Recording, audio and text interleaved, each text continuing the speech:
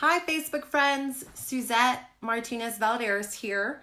Welcome to my fifth, oh my goodness, the fifth Facebook Live Town Hall. I am a modern Republican candidate running for U.S. Congress in California's 25th Congressional District. The district encompasses Simi Valley, the Santa Clarita Valley, the Antelope Valley, and parts of North Los Angeles, the Porter Ranch area. This is my fifth Facebook Live Town Hall, and it's something that I look forward to every week now, and that I will continue to do throughout my campaign and while I am representing you in Congress. I am running to unseat the liberal progressive Katie Hill, who last year unfortunately flipped this conservative seat that we had held for over 35 years to Democrat. And Steve Knight, Congressman Steve Knight was our former representative. He was an amazing legislator and unfortunately lost last cycle. So this district is technically a top NRCC targeted race. Katie Hill is extremely vulnerable. And she's vulnerable because she doesn't represent the values of our district. She doesn't understand the values of our district. And frankly, she's not really in our district very often. So we have a really unique opportunity to take back this seat in 2020. So I am super excited with the right candidate, with the right Republican conservative candidate. We can take back this seat, but we have to focus on the issues that are most important to our community, which is a big part of the reason why I do these Facebook Live town halls. It's just so important that I hear from you and I hear about the issues that are important to you and that I take your questions. We already have a handful of people that have joined us. Donald, thank you so much. Jeremiah, it's good to see you. Thanks for joining. I'm going to get into a little bit of my update from this past week since I saw you guys last. I was really sick last week. I had a super bad sore throat. So on Saturday, I decided to skip some community events and stay home. And given my, I'm always having to do something nature, I didn't actually rest like I should have. But I officially kicked my dogs, my 4-year-old English Bull Terrier and my 12-year-old Beagle out of the room. So I have my home office back. So I'm not coming to you tonight from my kitchen table. I'm coming to you from my home office. I had a really amazing interview with SCV Talk host Stephen Daniels, who hopefully he'll join tonight. I'll give him a shout out. He is not a Republican by any means, not a conservative by any means, but it was a really good conversation that we had, and hopefully that'll. I'm not sure when that's going to be posted, when he's going to upload his podcast, but when it does, I'll be sure to share it with you guys. I think I really impressed him and knocked his boots off a little bit. I held my own and then some. So I'm looking forward to you guys seeing that. So I did. Donald, thank you so much for joining. You have a question. How many people are running for this office, and will there be any debates? So technically, there are 5 Republicans that have announced their candidacy for the 25th Congressional District, or filed their committee. One of them, no idea. He was the first to actually pull. I was the second to pull his committee. I was the second. No idea who he is. Haven't heard or seen anything from him. I was the second to pull. I'm a nonprofit executive. I operate my mother's nonprofit early learning preschool. I worked for Autism Speaks, advocating for the special needs community and individuals on the spectrum, for the early learning community at Los Angeles Universal Preschool. So I've kind of been involved in this community for decades. I worked for Congressman Buck McKeon for years, which is where I really fell in love with this district, with the community, with the advocacy groups. It's just an amazing district. So I've been very active in this community for years, on top of the fact that My first job was actually at Six Flags Magic Mountain. I started off as a ride operator. My first ride was Jetstream. So I know that lots of you out there in the 25th Santa Clarita, even Lancaster, Palmdale area, and obviously San Fernando Silmar, a lot of us, that was our first job, and we commuted out to Magic Mountain. Been very involved in the district for a long time. The other people running are Mike Garcia, who is a veteran, great person. Angela Jacobs Underwood, who is also another great female conservative. And then Mark Cripp, who recently entered the race, I want to say about a month ago. And he is also really amazing. He has an amazing story. He works for the Los Angeles County Sheriff's Department. So we have 2 law enforcement and veterans in this race, and I think that's phenomenal. It gives the voters more people to choose from. So that's all 5 of us. Will there be any debates? So we actually had our first, it wasn't a debate, but it was a candidate forum at the SCV Lincoln Forum, or SCV Lincoln Club. That forum was, I want to say 2 or 3 weeks ago. And it was really fun. It was a great opportunity for Lincoln Club members to get to know at least 3 of the candidates. And I'm sure that there will be more debates. I hear, actually, there is the SCV Republican women are hosting a debate in July. I'm confirmed to attend. I'm not sure about the other candidates, but I'll be attending. And I'm not sure, actually. We'll need to find out, right? If that's an actual debate or just a candidate forum. And I know that Stephen Daniels with SCV Talk is also looking to do a debate. So I'm sure there are going to be plenty of opportunities for you to not only hear from the candidates one-on-one, but to also see us debate one another and compare and contrast who we are and what our priorities will be in Washington. Great question. Who else do we have? John, welcome. Fernando, it's so good to see you. Fernando Guzman joined us. Him and his wife, Mary Guzman, are amazing patriots, conservative Latino Republicans. Fernando came to my campaign rally a couple of months ago. I'm glad to see that you're here. So she is just a Pelosi and Chuck Schumer's puppet. Yes, Fernando, you are completely correct. Katie Hill represents the values of Nancy Pelosi and Chuck Schumer, not the values of the 25th Congressional District. Good call.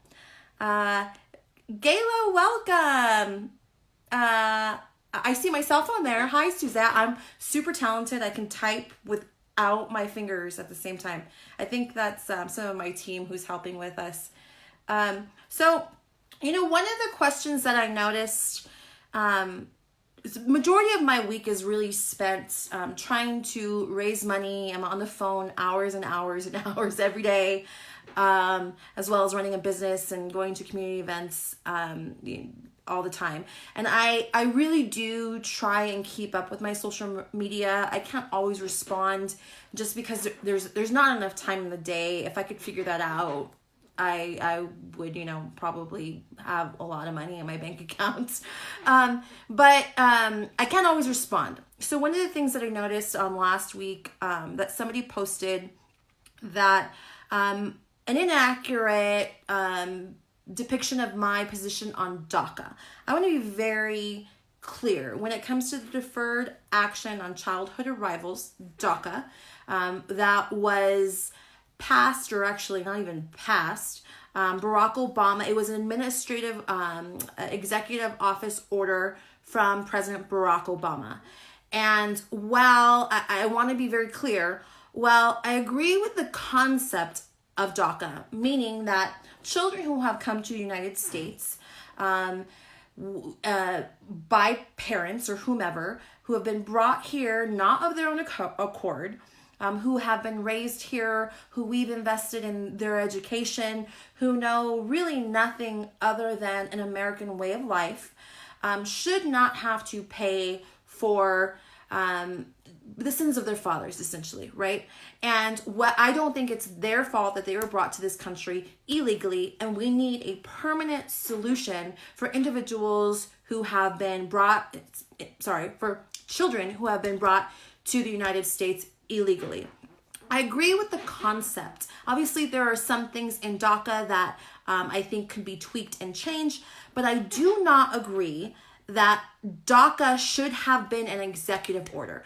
DACA should have been a part of immigration reform and border security drafted and passed in the United States Congress. I support DACA's concept, but not the way that it was passed. So guys, I wanted to clarify that with you. And the reality is we do have to find a solution for documenting now I think the number is, 20 to maybe even 25 million undocumented immigrants who are living in this country. We can no longer ignore this. And the reason that we have so many undocumented individuals living in this country is because Congress has failed to reform immigration and failed to fund and secure our southern border. This is an issue that I'm very passionate about for lots of reasons. It's multifaceted. I can get a little bit deeper into it, but there's some other people that have questions. But I just want to be very clear on my position with DACA. Okay. Zelix, Leo. I've never seen that name spelled that way. Zelix, Felix, Elix. Am I saying it right? Is it a silent Z? I have a niece whose name is Zariah. I love Z names. Are you running for Congress? Yes, I'm running for U.S. Congress in California's 25th Congressional District.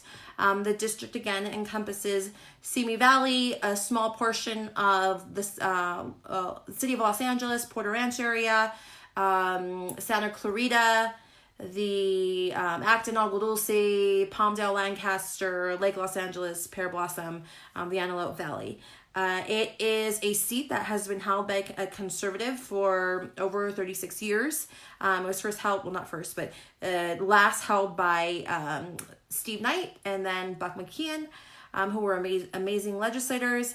And last cycle, the seat was flipped because people like Tom Steyer and Bloomberg inserted literally multi-millions of dollars into Katie Hill's race to take back this seat. So she is bought and paid for by a liberal elitist left who don't represent the values of our community. So there's a lot of reasons why we lost the district. And I think it's going to be, I know that there's a huge opportunity, especially with me as your nominee, to take back this district. Is she looking at the Facebook chat or the Instagram? So I'm not really sure what that is. I do have Instagram. You guys can follow me, Suzette Valladares, on Instagram. But I'm looking at Facebook right now. I'm on Facebook Live, right? Donald, yes, thank you. We will actually, anytime we have word or confirmation of events that I'll be speaking at, we'll make sure to get those uploaded. Michelle Martinez, who is my partner in crime here on the ground in this congressional race, is my scheduler, my confidant, she's in charge of operations out here. I'm sure she'll be signing on and saying hi in just a minute. But if you have any questions about her, please or questions for her. If you want to meet with me, host a coffee. If you want to attend an event, if you want to know how to donate to my campaign, feel free to reach out to me via direct message or Michelle. Mario Guerra, how are you, Mario? Mario was the former treasurer of the California State Republican Party. His daughter, and most recently, father of the bride, his daughter just got married. Congratulations, Mario. I'm so happy for you. I'm sure you had an amazing time at giving your daughter away, not your daughter's wedding. I am multi-talented. Zelix, I am multi-talented. Jimmy, good to see you. Jeremiah, yep, I revisited the DACA. Jeremiah, yes, $4 million from Bloomberg. Let me just tell you guys, don't be fooled. Don't be fooled by Katie Hill. Don't be fooled that she actually represents the values of our district. You know, she sold us, or sold voters this raw deal, saying she was a pragmatic Democrat, she was moderate, she's representing a purple district. But the reality is that she is indebted to individuals like Steyer and Bloomberg, and Nancy Pelosi and Chuck Schumer. I mean, it was either Roll Call or The Hill that had an article saying that Katie Hill is Nancy Pelosi's protege.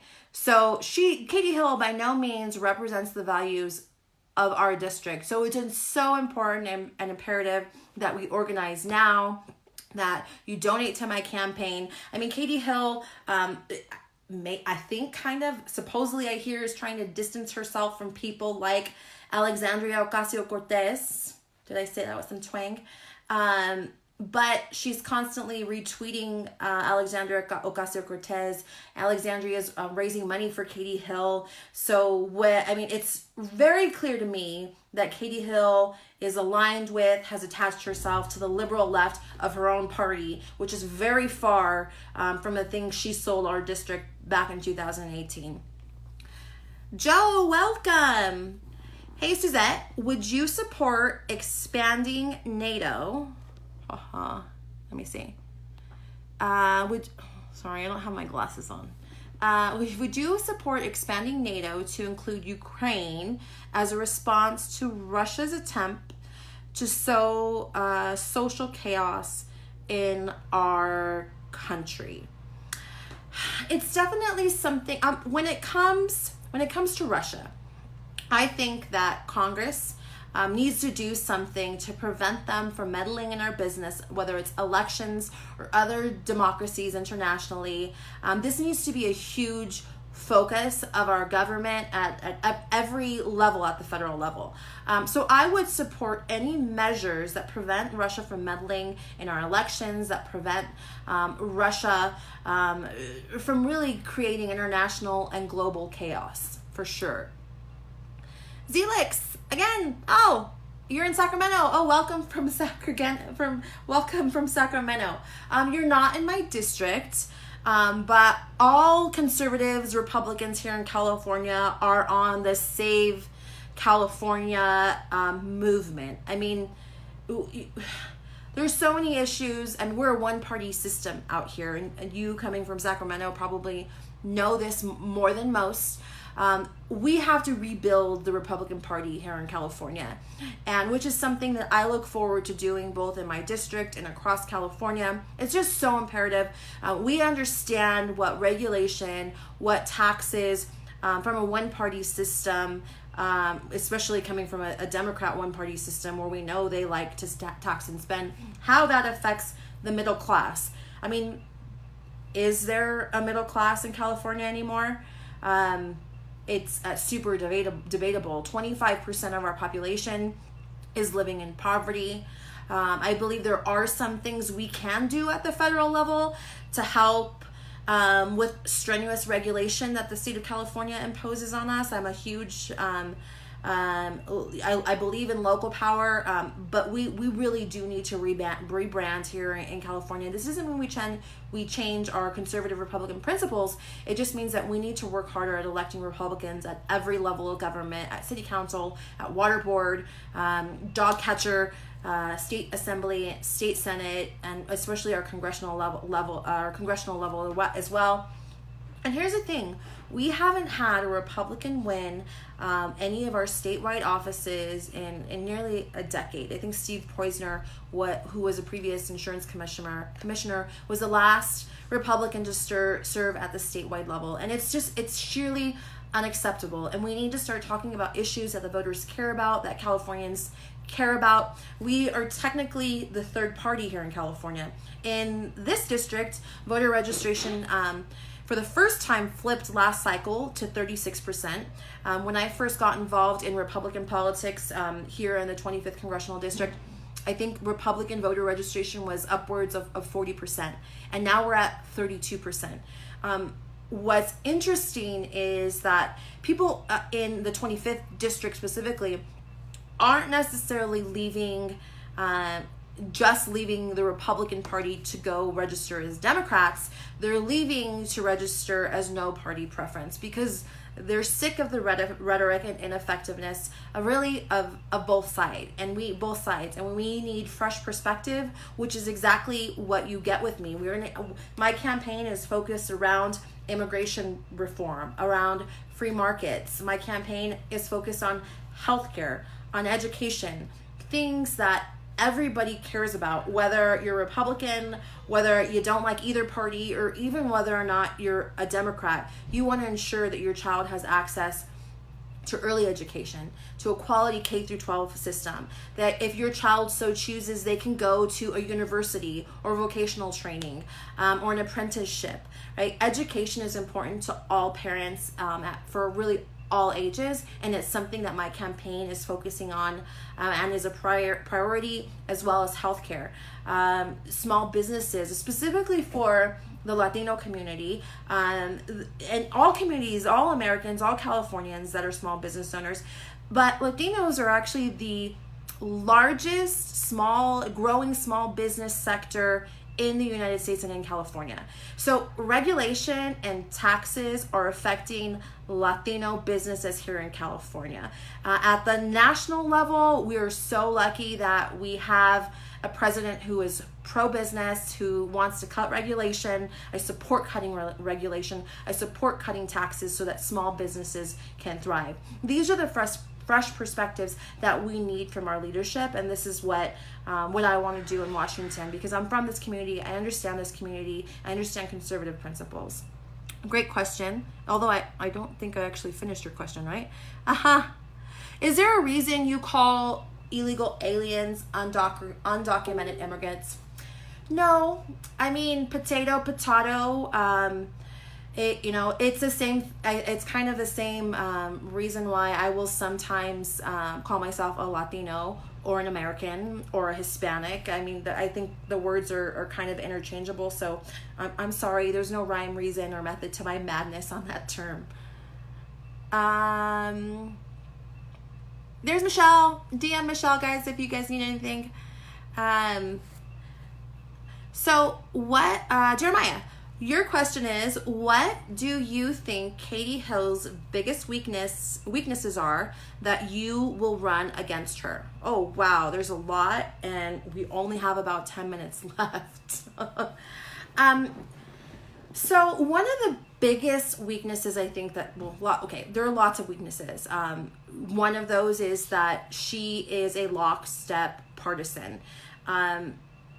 In 2016, when Americans elected Donald Trump, they elected him because they didn't want a politician, because they wanted to drain the swamp. They didn't want your typical politician, whether it's that the president or even members of Congress representing us in Washington. They wanted to drain the swamp, right? So I think that Katie Hill's biggest weakness is whether she intended to or not. I mean, maybe I'll give her some of that credit. Maybe she didn't intend to. She went to Washington and went Washington. Her priority is Katie Hill. Her priority is Nancy Pelosi and Chuck Schumer. And it's also kind of my understanding that Democrats and even, her mentor Nancy Pelosi to some extent have given her the leeway to vote on legislation as her district would want to see her vote. And she hasn't taken that opportunity. She's voted on every single important issue, HR 1, HR 6, HR 8. She's voted with the Democrats 100% of the time. So her biggest weakness is that she's not voting her district, and what's funny is I think that she's voting her values, but I think she lied to us about what her values were last year. So what we're seeing is she's voting her values, but those values don't align with our district. I think that's one of her number one single weaknesses is you always have to make sure that you stay true to your values. And for me, that's conservative principles. And it's one of the reasons why I call myself a modern Republican, is because people like to say, well, in California, you're a moderate. You're not like, a Texas Republican. And for me, I think you can still be a conservative. You can want to see free market, limited government solutions. You can still be compassionate and care about issues like healthcare or education, which are modern issues that we weren't talking about 100 years ago. Republicans can still win on these issues as long as we're presenting true conservative solutions. So again, I'll vote my values in Washington. Katie Hill is clearly voting hers, which don't align with our district. What else do we have here? Hey, Suzette. Oh, Stephen Daniels, welcome. I just plugged you and SCV Talk. I said that we had an amazing conversation on Friday, that I blew your socks off and I debated you under the table. I'm joking. We both made really good points. It was a great interview. I told everyone here that I'm looking forward to seeing that podcast link come out, and when it does, we'll definitely make sure to promote it. That's why they have put Katie in Jeremiah, you are my biggest fan, I think. You just have amazing questions. That's why they have put Katie Hill in very high committees. I think that on both sides of the aisle, when it comes to committee assignments, especially when you're in a competitive district, that you need to fight for the committees that make the most sense for your district. So in our district, the House Armed Services Committee is a very important committee. They pass a huge defense budget that impacts our district very much. As we know, aerospace and defense are huge industries and really the lifeline of our district here in the Antelope Valley, and they have been for decades upon decades. This is a committee that Steve Knight served on. This is a committee that Chairman McKeon served on as the chairman of the House Armed Services Committee. So I am very in tune with the importance of this committee and the importance of this committee to our community. He was actually, ironically, when I first started working for Buck, he was also the chairman of the House Education Committee, labor and education, labor in the workforce. So education being a huge issue for me then and now is something I'm very passionate about, and we had great leadership on. I think it's, she's on the some other high profile committees. But again, her problem is that she's not voting the values of her district. So you can be on great committees and, maybe it's luck or relationships that get you there. But when it comes to your voters holding you accountable, you really have to vote your district. And we're not seeing that. Rosanna, thank you for being my supporter. Thank you for acknowledging my good work. And Trump 2020, I see you put there. Oh, with a lot of emojis. I love your emojis. Yesterday, did you guys watch the president's campaign kickoff and launch? I was really impressed with his crowd there in his stadium. It was pretty massive. I had to watch it later in the evening because I was on calls and meetings up until 6:00 when I had to leave to pick up Charlotte. So I didn't get to watch it live. I know that there were some watch parties across California. The Republican National Hispanic Assembly did some stuff here in California and all over. Obviously, send me your thoughts on what you thought about that.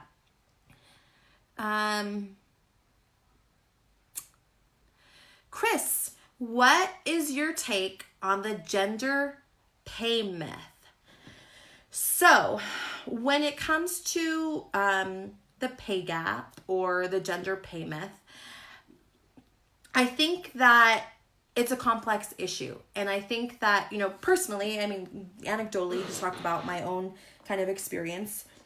I think that for women, one of the key reasons why women may make less. I definitely disagree on the numbers that are thrown out there. I think it's a lot less than individuals on the left say.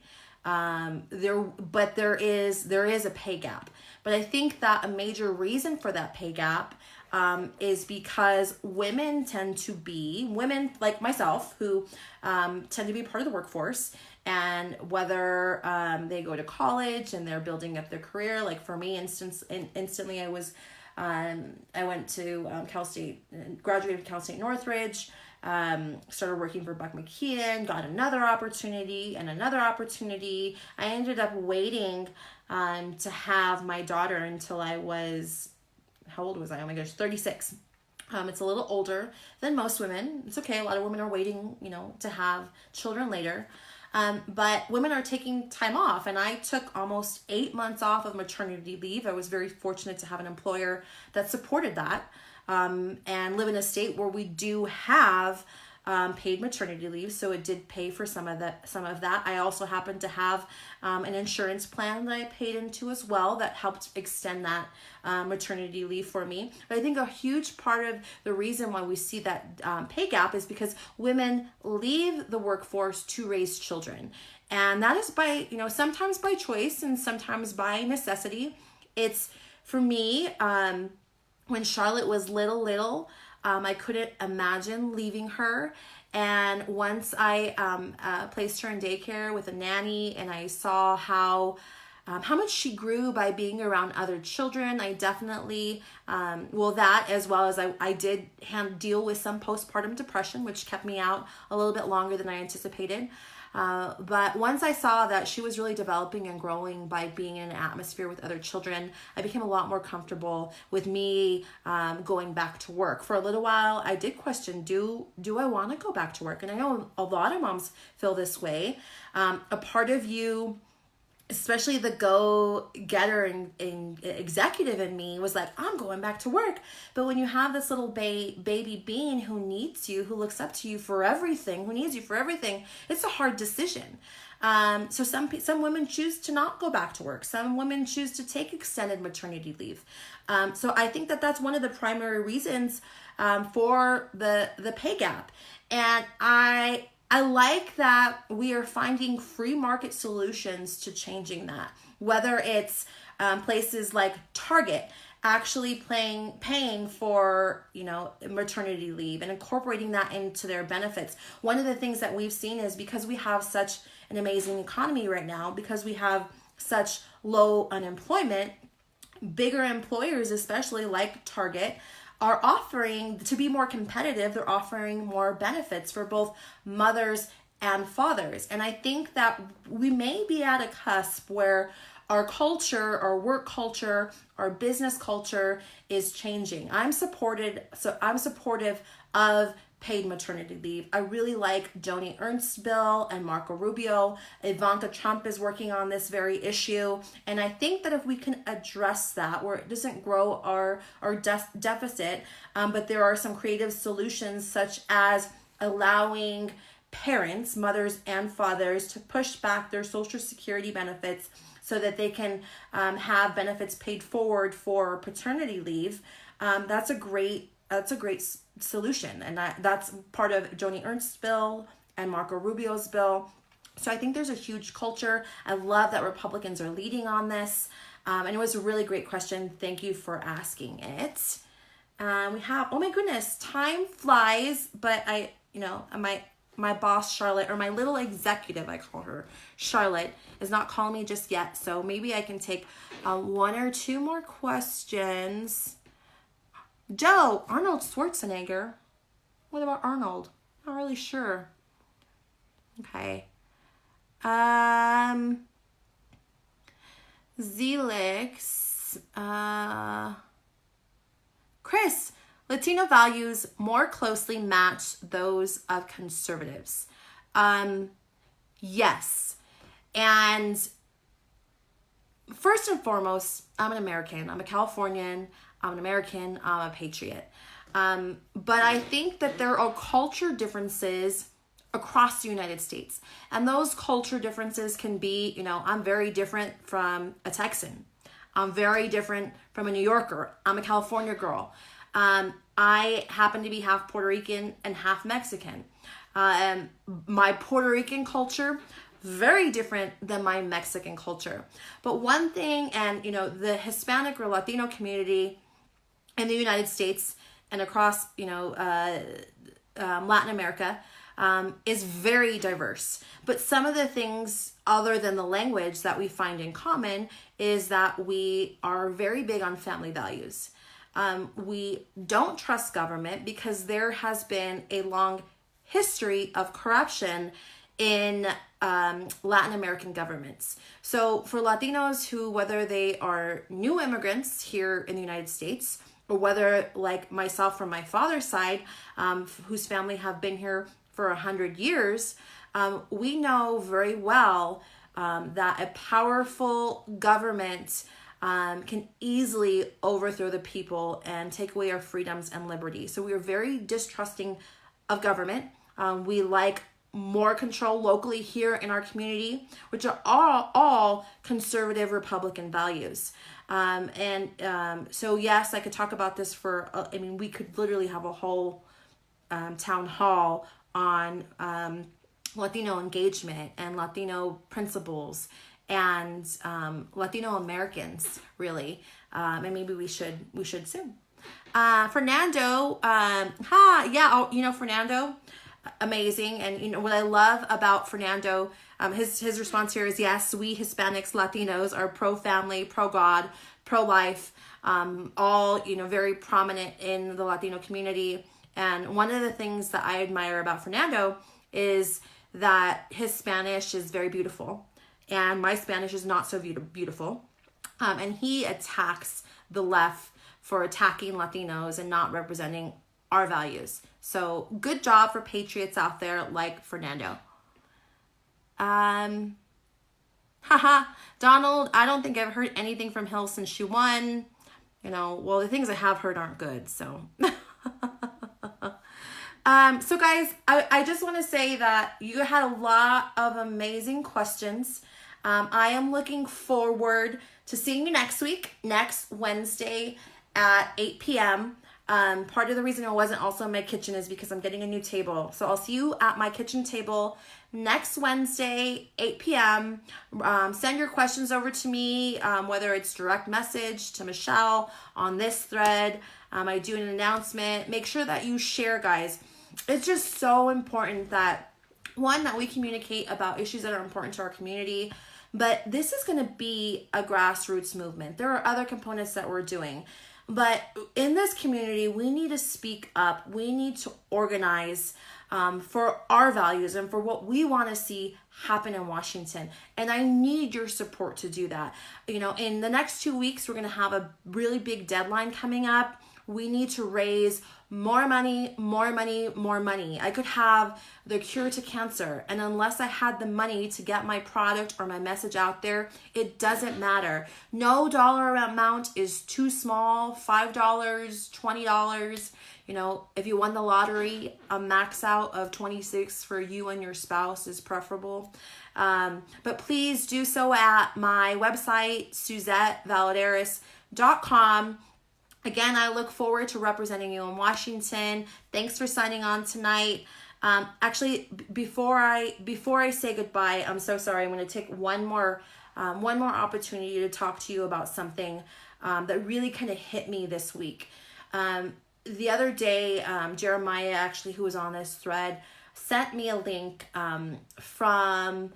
It was a video of somebody in the Palmdale, Lancaster. I was at a park. It was a woman at a park hitting the head and pulling the hair of a special needs little girl that must have been like 10 years old. It is one, I've spent over my entire life really, but actively advocating for individuals on the spectrum who are nonverbal, or for individuals with special needs who can't communicate for themselves. This happens more than we realize, and we need to protect our special needs community who can't protect themselves, and also our elderly community. One of the things for me, when my mom was in hospice care, and when she was in and out of the hospital during her battle with cancer for a good 2.5 months, And because of my experience and hearing the horror stories, and because of myself even having my own little baby who was dependent on me and being very fearful of her not being able to communicate if she was being abused, made sure that my mother had somebody with her every single day and every single night on shifts. It's sad, but it's something that I had to do. When I go to Washington, there are things that there are things that I will do at the federal level to protect our special needs community so that providers, one, this is prevented, we raise awareness about it, and for individuals who abuse anybody, especially our special needs community, are held accountable. We can do this at the federal level, and I will be your advocate for that. So I look forward to seeing you guys all next week. Thanks for taking a little bit longer on this Facebook Live town hall. I'll see you guys all next week. Thanks.